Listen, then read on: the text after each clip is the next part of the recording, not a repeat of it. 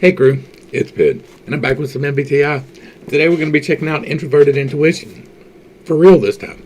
Let's go ahead and transition over. Introverted Intuition, or NI, is going to be the thing that organizes all the ideas. You're going to narrow the selection down to one thing, whereas the NE is more of a shotgun approach and is looking at all the possibilities. NI is more of a sniper approach and is looking at the one box. It is the one thing that everything else fits into. This is my slide, so this is the one I've spent a lot of time thinking about. I'm an NI Divine, and it's like I cannot help but narrow everything down into these. I've got several one boxes though. Like there's the box of religion that everything gets narrowed down into, and there's a box for politics that everything gets narrowed down into, and then those all get narrowed down into one box as well. And that's just what I do. I narrow down possibilities. I am the one who lives in the future and says what could be, what is most likely going to happen. We are good at finding the best ideas. We're going to take what other people's ideas are and narrow them down into the most likely thing to happen, into the most efficient way to do something. We love to narrow the possibilities down. That we're good, real good helpers that way, in that if you tell us a problem, we're going to give you the most likely solution. So if you don't like getting solutions, you don't want to talk to an NI person. We are the people who are trying to figure out how to best help you. We're really good at efficiency. If streamlining processes, editing, the type of situations where you have to take many possibilities down to one. Figuring out how to most efficiently run a restaurant, how to most efficiently run your business, how to buy and sell the most efficient way. Like efficiency is a real big deal for NI users because the most likely leads to efficiency. They tend to know what will be, especially if it's in the divine slot. Like they just kind of pick out what is probably going to happen out of this, and they're right most of the time. Not all of the time. Nobody is ever right all of the time, but most of the time they get it right. And they're the ones that are like, okay, so this is what that really means, or this person said this, so that this is what that really means. They're good at seeing behind the issue by looking forward to the projected outcome. They're really good at sensing the motivation that leads towards that outcome. So they tend to be more of the hard to deceive type of person. I just realized I did not click on this so that it pops up to the front. Sorry. That's my SI demon kicking me in the butt yet again. All right, let's talk about the divine spot. Here you are going to find the best ideas for others. That is where you're going to be at your peak, is finding the divine, or finding the best ideas for others, narrowing down possibilities for others. These are the type of people that need to be career counselors or process engineers, simply for making things more efficient, streamlining processes, removing the things that don't need to be there. That's why they make good editors. For the crown, they're going to do that for themselves. It's almost the same thing, but it's a little bit different. They're better at self-correcting, self-efficiency, self-use of the function, as opposed to giving it away and just doing it for everybody all the time, whether they want you to or not. The third eye is going to get defensive over the best ideas. They're going to be the ones who, if they tell you this is what is likely to happen, and you say no, that's not likely to happen, whether or not you're right, they're going to get defensive over that. And the throat is going to think that they already know what the best idea is. They're going to think that because if you're, well, that's not necessarily if you are there, but you're going to think that you know the best idea here because you're really not going to be paying attention at all to the NE, and so you're actually going to get tripped up and held back and overlook possibilities and obsess over choosing it wrong. or obsess over missing the possibilities. We covered that one yesterday. In the heart, you're really going to want the best idea. You're really going to want to be able to narrow things down to the best possibility. You're just not going to be very efficient at it. Like, you are so caught up in catching all of the possibilities that you're going to have a hard time of narrowing down the possibilities.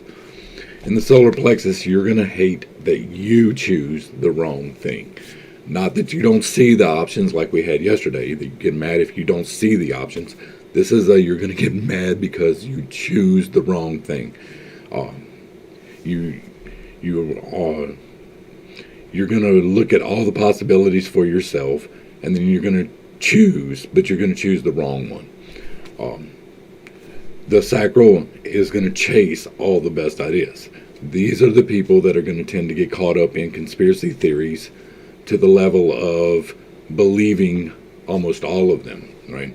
Like, I'm an NI, divine. I love conspiracy theories. I love thinking about them. I love gathering that information and then distilling them into the ones that are correct or not. But most of them are incorrect. Down here, that's going to be the opposite.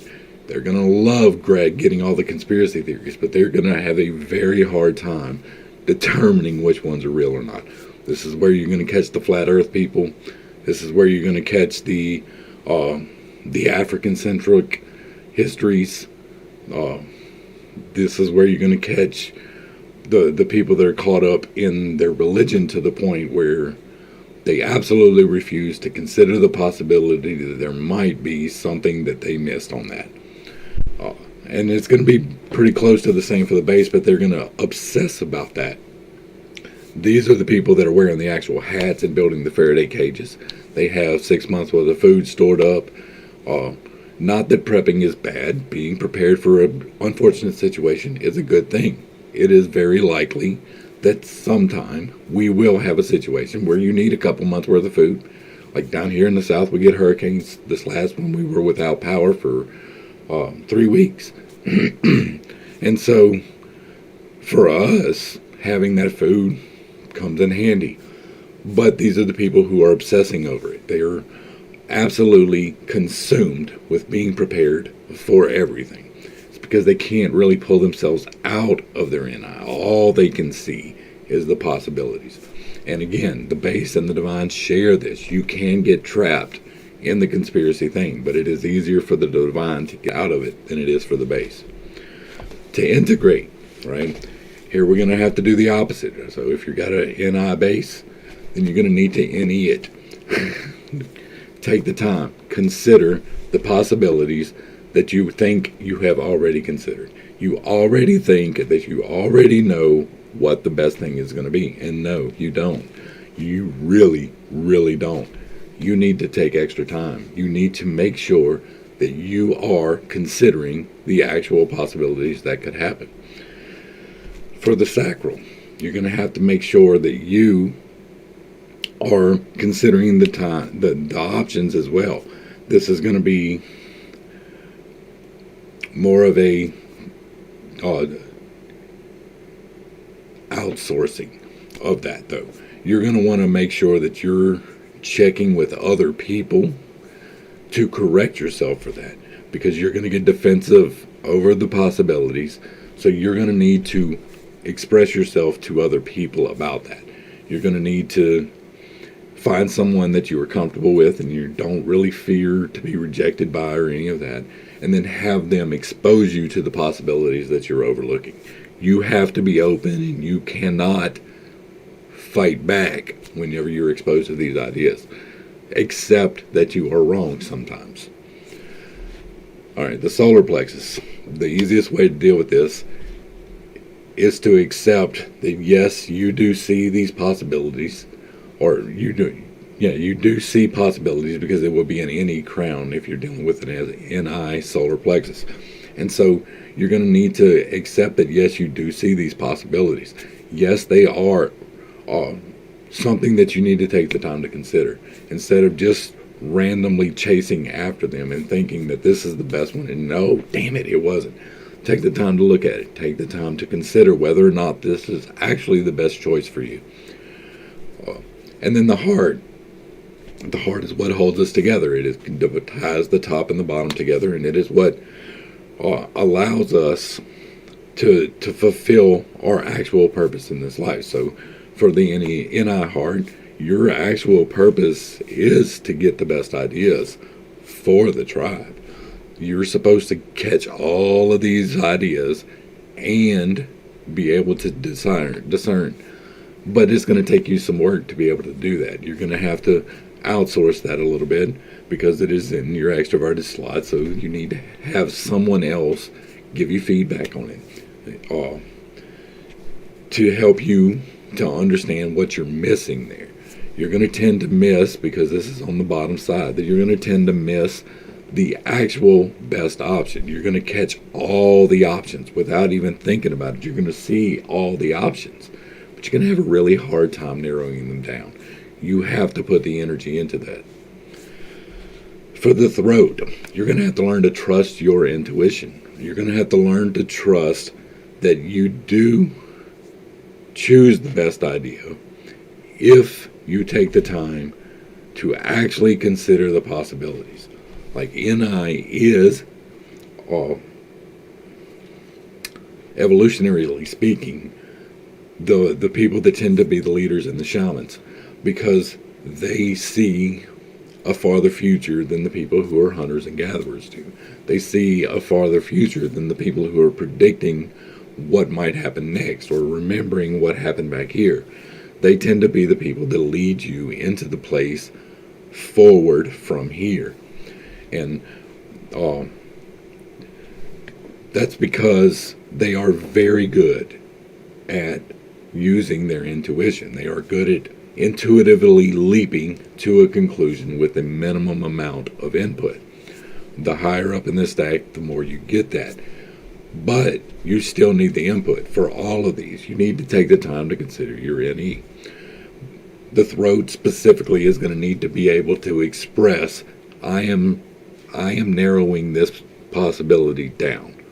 I have taken the time to consider what I need to, and this is the decision that I'm going forward with, instead of letting other people do that, which you have a tendency to do. If you're not expressing the most likely thing that you think is going to happen because of your throat area, it's because you're scared that you're choosing the wrong thing. You have been burnt enough by choosing the wrong idea, because you tend to choose the wrong idea, that you get very defensive, or you don't want to talk about it. The defensive comes in here at the third eye. That is more about the pushback that you get from the tribe for having the wrong ideas at other times.